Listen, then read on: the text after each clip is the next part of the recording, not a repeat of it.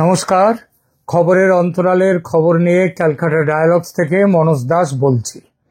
এখনকার আলোচনার বিষয় ভাবের ঘরে চুরি করছেন জেনারেল ওয়াকারুজ্জামান। যে প্রসঙ্গে উঠল কথাটি, আসি সেখানে। নয়াদিল্লির শান্তিরক্ষা মিশনে কেন যাচ্ছেন না সেনাপ্রধান জেনারেল ওয়াকারুজ্জামান? বাংলাদেশের সেনাপ্রধান জেনারেল জামান আগামী 14 থেকে 16 অক্টোবর নয়াদিল্লিতে যে অনুষ্ঠিত হতে যাচ্ছে রাষ্ট্রসংঘের শান্তিরক্ষী মিশনে সৈন্য প্রেরণকারী দেশসমূহের প্রধানদের সম্মেলন, সেটাও হতে চলেছে। এই সম্মেলনে বাংলাদেশের সেনাপ্রধান ওয়াকারুজ্জামান যাচ্ছেন না। এই খবরটি এখন মোটামুটি পাকা। বাংলাদেশের একাধিক মেইন স্ট্রিম মিডিয়া প্রথমে জানিয়েছিল যে জেনারেল জামান এই সম্মেলনে অংশ নেবেন, কিন্তু পরে জানা যায় তিনি ব্যক্তিগতভাবে যাবেন না, তবে তার জায়গায় বাংলাদেশের আর্মি ট্রেনিং অ্যান্ড ডক্ট্রিন কমান্ডের GOC lieutenant general Moinur Rahman তিনি যাবেন বাংলাদেশের প্রতিনিধি হয়ে। প্রশ্ন উঠেছে, সেনাপ্রধানের দায়িত্ব নেওয়ার পর থেকে বাংলাদেশ সেনাপ্রধান আমেরিকা, রাশিয়া, কানাডা, ক্রোয়েশিয়া, চীন, মালয়েশিয়া নানান দেশ সফর করেছেন।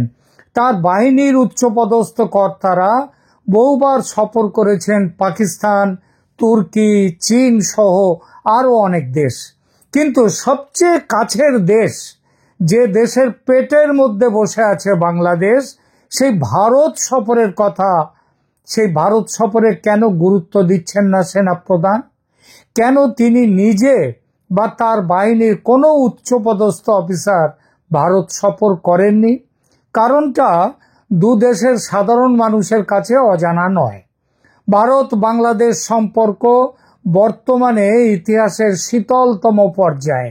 এই পর্যায়টি এমন যে দুদেশের মানুষের ধারণা যে কোনো মুহূর্তে যুদ্ধ বিগ্রহ লেগে গেলেও অবাক হওয়ার কিছু নেই।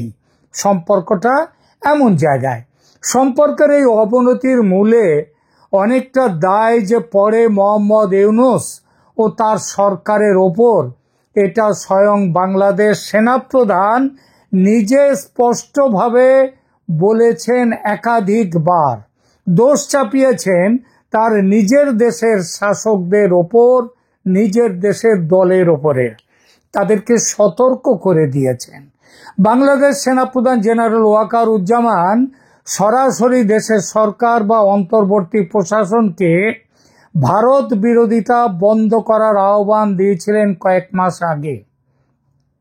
মোহাম্মদ ইউনূসের অন্তর্বর্তী সরকারের পক্ষে বাংলাদেশ বর্ডার গার্ড, বিজিবি ও সেনাবাহিনীকে ভারত বিরোধী কৌশল নিতে বা সীমান্তে সংঘাত বাঁধিয়ে ভারতকে উস্কানি দিতে চাপ দিচ্ছিল সমানে। জেনারেল ওয়াকারুজ্জামান সেই পরিকল্পনাকে ধ্বংসাত্মক ও বিপজ্জনক আখ্যা দিয়ে স্পষ্টভাবে জানান বাংলাদেশ সেনাবাহিনী কোনো অবস্থাতেই সীমান্তে উত্তেজনা সৃষ্টি করবে না, এবং বিজিবি মানে বাংলাদেশ বর্ডার গার্ড, তারা যেন এ নিয়ে কোনো সরকারি নির্দেশ মেনে ভারতের সঙ্গে সংঘাতে না জড়ায়। তিনি নিজে এই সংক্রান্ত সব নির্দেশ দেবেন, এটা বিজিবির মহাপরিচালককে স্পষ্ট করে তিনি বলে দিয়েছেন। তিনি এই পরিকল্পনার বিপক্ষে অবস্থান নিয়ে সরকার ও জাতীয় নিরাপত্তা উপদেষ্টাকে এই ধরনের ভারত বিরোধিতা থেকে বিরত থাকতে বলেন এবং সতর্ক করেন। কারণ এমন উত্তেজনা নিয়ন্ত্রণের বাইরে চলে গেলে দেশের স্বার্থ ভীষণভাবে বিঘ্নিত হতে পারে। এছাড়া বিভিন্ন সাক্ষাৎকারে জেনারেল জামান বলেছেন, বাংলাদেশ ভারত সম্পর্ক পারস্পরিক সুবিধা ও পরস্পর নির্ভরতার উপরে গড়ে ওঠা, এবং কোনো পক্ষকেই অপর পক্ষ যেন আধিপত্য না দেখায় বা তাদের সাথে সম্পর্ক খারাপ করার চেষ্টা না করে। তিনি স্পষ্ট করেন বাংলাদেশ ভারতের বিরুদ্ধে কিছু করবে না এবং ভারতের কাছ থেকেও তিনি একই প্রত্যাশা করেন। আর ভারতও কখনোই বলেনি তারা বাংলাদেশের উপরে ঝাঁপিয়ে পড়বে, কিন্তু বাংলাদেশ থেকে একের পর এক প্রভোকেশন চলে আসছে। তিনি চেয়েছেন, ওয়াকারুজ্জামান চেয়েছেন, দুই দেশের সম্পর্ক সৌহার্দ্য ও সহমর্মিতার ভিত্তিতে গড়ে উঠুক। রাজনৈতিক স্বার্থ সিদ্ধির অস্ত্র যেন এই সম্পর্ক না হয়। সংক্ষেপে তার বার্তা ছিল সীমান্ত উত্তেজনা, জনসেন্টিমেন্ট প্রলুব্ধকারী ভারত বিরোধী কৌশল এবং উস্কানিমূলক পদক্ষেপ থেকে দেশের সরকারকে এবং সংশ্লিষ্ট বাহিনীকে বিরত থাকতে হবে। এ ধরনের ভারত বিরোধিতা দেশের নিরাপত্তা ও আঞ্চলিক স্থিতিশীলতার জন্য ক্ষতিকর। এই অভিমত সেনাপ্রধান একাধিকবার, বেশ কিছুবার তিনি স্পষ্টভাবে তুলে ধরেছেন বিভিন্ন সময়ে। হেন ওয়াকারুজ্জামান কেন নয়াদিল্লিতে এই সম্মেলন সতর্কতার সঙ্গে এড়িয়ে যাচ্ছেন? এই প্রশ্নটা একেবারেই অস্বাভাবিক নয়। ভারতীয় সেনাবাহিনী 30টিরও বেশি দেশের সেনাপ্রধান ও ঊর্ধ্বতন সামরিক নেতৃত্বকে এই 3 দিন ব্যাপী সম্মেলনের জন্য আমন্ত্রণ জানিয়েছে। জাতিসংঘের শান্তিরক্ষা মিশনের ইচ্ছা অনুযায়ী এই সম্মেলন এবং এই আমন্ত্রণ। সম্মেলনে Algeria, Armenia, Bangladesh, Bhutan, Brazil, Burundi, Cambodia, Cote d'Ivoire, Ethiopia, Fiji, France, Ghana, Indonesia, Italy, Nepal, Nigeria, Sri Lanka, Tanzania, Vietnam সমেত অন্যান্য দেশের প্রতিনিধিরা অংশ নেবেন। সম্মেলনের মূল উদ্দেশ্য কি? মূল উদ্দেশ্য হলো শান্তিরক্ষা সহযোগিতা জোরদার করা, প্রযুক্তির ব্যবহার বৃদ্ধি করা এবং শান্তিরক্ষা কার্যক্রমে ভবিষ্যতের পথ নির্দেশনা দেয়া। গুরুত্বপূর্ণভাবে ভারত এই সম্মেলনে কিন্তু পাকিস্তান ও চীনকে আমন্ত্রণ জানায়নি, অথচ চীন ও পাকিস্তান দুটো দেশই কিন্তু জাতিসংঘের শান্তিরক্ষা মিশনে সেনা পাঠায়। এই যে চীন এবং পাকিস্তানকে নিমন্ত্রণ না করা, এটা জাতিসংঘের নির্দেশে নিশ্চিতভাবেই হতে পারে না, এটা ভারতের একক সিদ্ধান্ত ছিল। আর ক্রিকেট মাঠে যাদের সাথে হাত মেলায় না তাদের সামরিক কর্তাদের সাথে এখানে বসবে, পাকিস্তানের সাথে বসবে একই তাদের সামরিক কর্তাদের ডেকে নিয়ে, এটাও হতে পারে না। সুতরাং এটা ভারতের একক সিদ্ধান্ত। কারণ হিসেবে দুদেশের সঙ্গে ভারতের তিক্ত সম্পর্ক যে আছে বর্তমানে, সেটাই সবচেয়ে বড় কারণ। কিন্তু তাই যদি হয় তাহলে বাংলাদেশকে নিমন্ত্রণ কেন? বাংলাদেশের সঙ্গেও তো ভারতের সম্পর্ক ভালো নয়। নয়াদিল্লির সূত্র জানাচ্ছে, সম্মেলনে ভারত তাদেরকেই ডাকছে এমন দেশগুলোর মধ্যে সমন্বয় গড়ে তুলতে চাইছে যাদের সঙ্গে ভারতের বাস্তববাদী ও গঠনমূলক সম্পর্ক আছে। এবং গঠনমূলক সম্পর্ক তৈরি করা যেতে পারে, এবং যারা শান্তিরক্ষা প্রচেষ্টায় ভারতীয় অবস্থানের প্রতি যাদের সহানুভূতিশীল সমর্থন, সেই দেশগুলোকে আমন্ত্রণ জানানো। তার মানে একটা জিনিসই দাঁড়ায় যে বাংলাদেশ ও ভারতের মধ্যে সম্পর্কের মধ্যে সব কিছু এখনো শেষ হয়ে যায়নি। এখনো সোনালী রেখা বা রূপলী রেখা যেটাই বলুন না কেন সেটা আছে। আর যেটুকুই সোনালী রূপলী রেখা আছে তার অনেকটাই কিন্তু জেনারেল ওয়াকারুজ্জামানের সৌজন্যে। তবু কেন সেই ওয়াকারুজ্জামান এড়িয়ে গেলেন ভারত সফর? কেন? এই প্রশ্ন উঠতেই পারে। এর প্রধান কারণ কূটনৈতিক সতর্কতা। বাংলাদেশের জাতীয় নিরাপত্তা আমলারা জানাচ্ছেন যে জেনারেল জামান অনাকাঙ্ক্ষিত সমালোচনা এড়ানোর কৌশল হিসেবে নয়াদিল্লি সফর করছেন না। বর্তমানে ঢাকা ও নয়াদিল্লির মধ্যে দ্বিপক্ষীয় সম্পর্ক সর্বনিম্ন পর্যায়ে রয়েছে। ভারত বাংলাদেশ সম্পর্কের অবনতি শেখ হাসিনার পতনের পর থেকে ভারত বাংলাদেশ সম্পর্কে উল্লেখযোগ্য টানাপোড়েন তৈরি করেছে।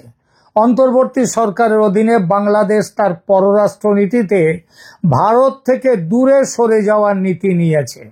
ওয়াকারুজ্জামান সেই নীতির বিরোধী। তবুও আজ যে তিনি পিছিয়ে গেলেন, নয়াদিল্লির সম্মেলনে আসছেন না, এটা কি তার পরাজয়? বিশেষ করে বেশ কিছুদিন চুপচাপ থাকার পর ইউনূস অ্যান্ড কোম্পানি সম্প্রতি নতুন করে ভারত বিরোধী জিগির তুলতে শুরু করেছেন এবং এই শুরুটা করেছেন কিন্তু একদম জাতিসংঘের সাধারণ সভায় ভাষণের মধ্যে থেকে।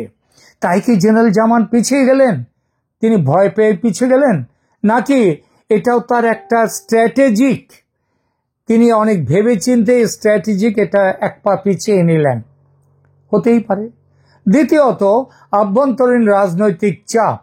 বাংলাদেশের জনগণের মধ্যে ভারত বিরোধী প্রচার নতুনভাবে শুরু করেছেন মোহাম্মদ ইউনূস এবং তার দলবল। যেখানে সেখানে নয়, খোদ জাতিসংঘের অধিবেশনে এই প্রচার শুরু করেছেন, ভারত বিরোধী বক্তব্য রেখেছেন।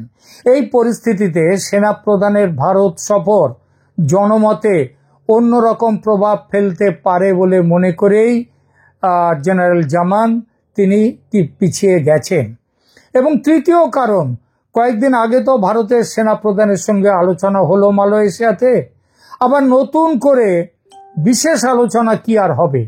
মালয়েশিয়ার এই বৈঠক নিয়ে অনেক বিতর্ক হয়েছে। কেউ কেউ বলছেন এগুলো গুজব, এ ধরনের বৈঠক হয়নি। আমি বেশি কিছু না বলে বাংলাদেশ সরকারের হাঁড়ির খবর যে ভারতের যে সংবাদ মাধ্যম সবচেয়ে বেশি রাখে, সেই নর্থ ইস্ট নিউজ পোর্টালের একটি রিপোর্টের অংশ বিশেষ পড়ে শোনাচ্ছি। 3রা অক্টোবরে প্রকাশিত এই খবরে লেখা হয়েছে, আমি প্রথমে ইংরেজিতে পড়ছি কি লেখা হয়েছে।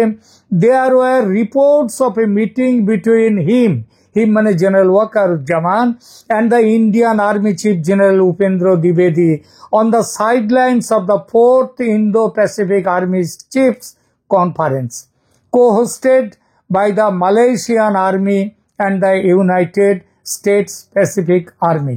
অর্থাৎ পরিষ্কার করে বলা হলো যে একটা রিপোর্ট আছে, খবর পাওয়া গেছে ভারত বাংলাদেশের 2 সেনা প্রধানের বৈঠকে। খবরটি কবে? 3রা অক্টোবর, গতকালকের। অতএব হিসেব কষে একটু দূরত্ব রাখা যাক এখন, এইটাই মনে করছেন হয়তো জেনারেল ওয়াকারুজ্জামান। এটাকেই আমি বলেছি ভাবের ঘরে চুরি, মনের কথা অন্যদের বুঝতে না দেয়া, কূটনৈতিক চাল।